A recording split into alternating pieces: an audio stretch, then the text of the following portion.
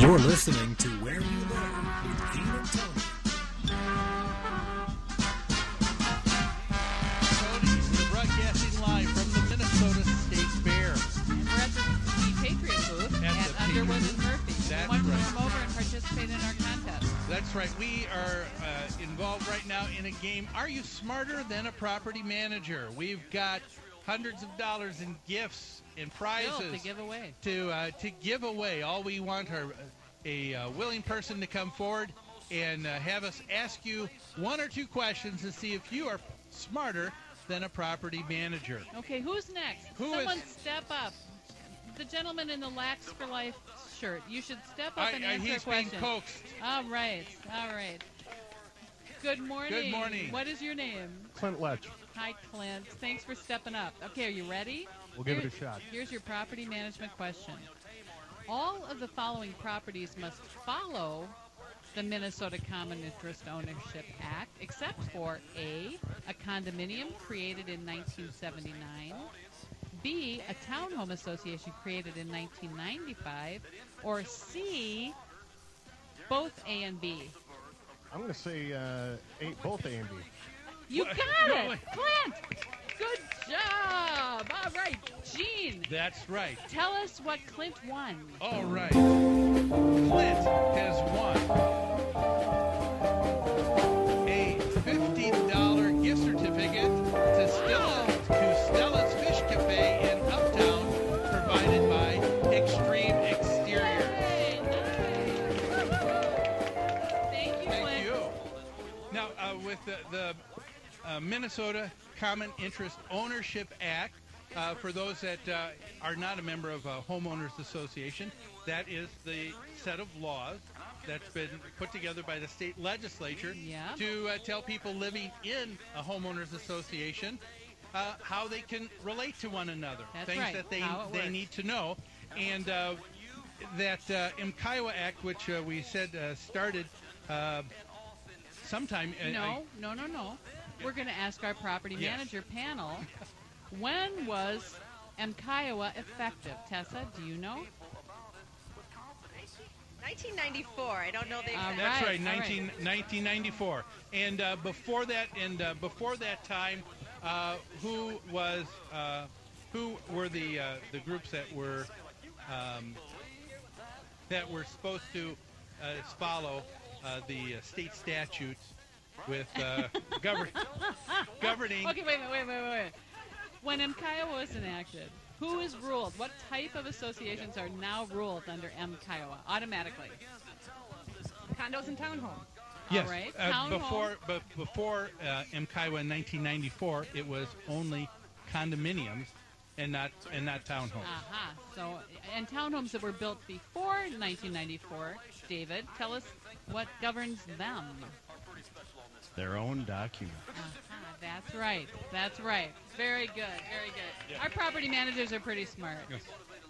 Let's go with another question here. Who would like to answer for another gift? Okay, gentleman right here. Hey.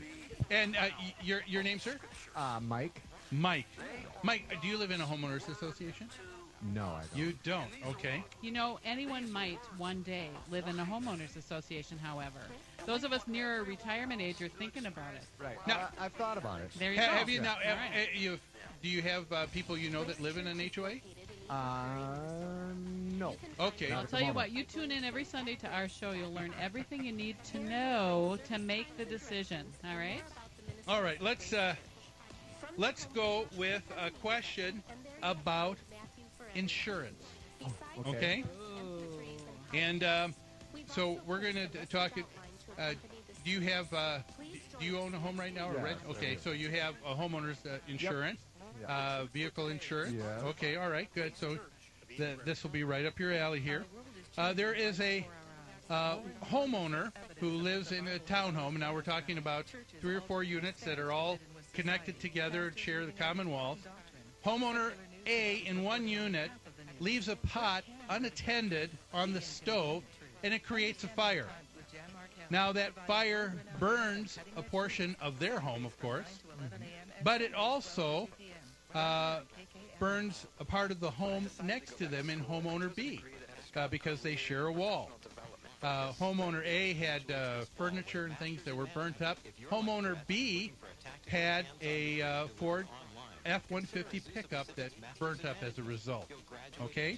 So I'm going to ask you some questions about the situation. Whose insurance is responsible for restoring homeowner B's truck? Is it homeowner A? Is it homeowner B? Or is it the insurance with the homeowners association? I would say B. That's correct. Excellent. That's right. Yay, very good. And do you want anybody want to say why that is? Because vehicles aren't covered under homeowners policy. Aha. That's right. Okay, so neither the association nor the individual homeowner's insurance would cover a vehicle. Okay. Okay. Just Let the me vehicle let me insurance. let me All ask one other question in regards to this. Whose insurance is responsible for paying for the roof and siding that needs to be replaced on A and B? Would it be A, homeowner A's insurance, B, homeowner B's insurance, or C, the homeowner association's insurance? The homeowner The association. Very good. That's very good. Yes, yes. This man is an insurance pro. He is. Would you like to, let me ask you one other question here.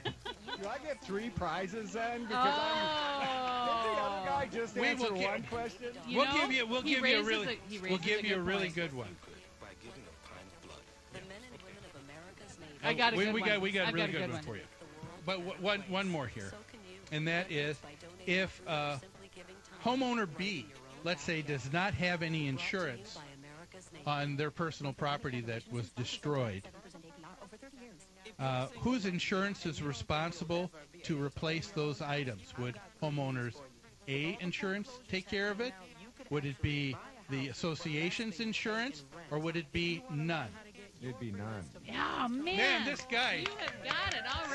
Smoking, all right. All right. And Tony, why don't you tell our guest what he wants? Today you won a $25 gift certificate to Certich Liquor Store, Liquor and Cheese. I thought that'd be a good one. Here you go. Thanks for participating. Now, homeowner associations are a little bit tricky when it comes to insurance, because a lot of people want to naturally think that whoever is at fault is the one that needs to pay, No. but that's not always the case, is it? What else can you tell us about HOAs? And there's something called a deductible.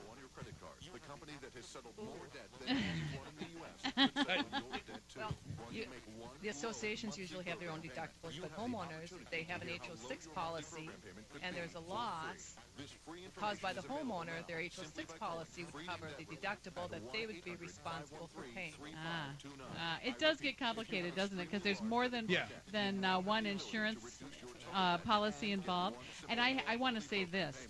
There is never any scenario in which you do not need insurance.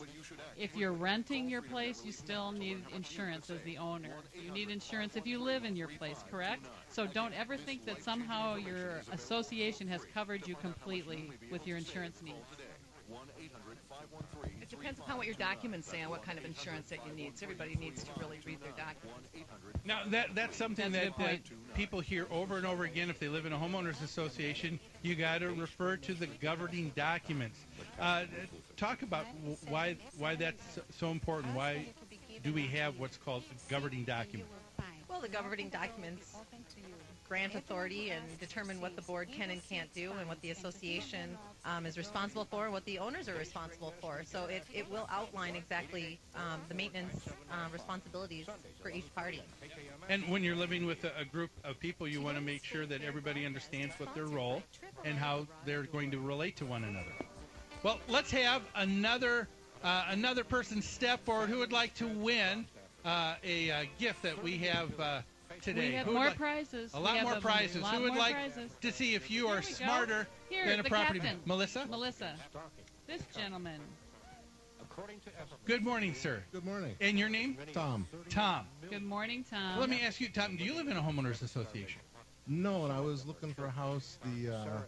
The conditions for the HOAs were all a little too snarly for me, so I tended to shy away from them. Okay, so it's something you did take a look at when you were looking at buying and a you house. better look, because the houses may look exactly the same as any other house. It's just know what you're doing. You Okay. want to sublet, you want to rent out a room. You want to. There's all kinds of things. If you want to grow tomatoes, you better check and see what the HOA allows.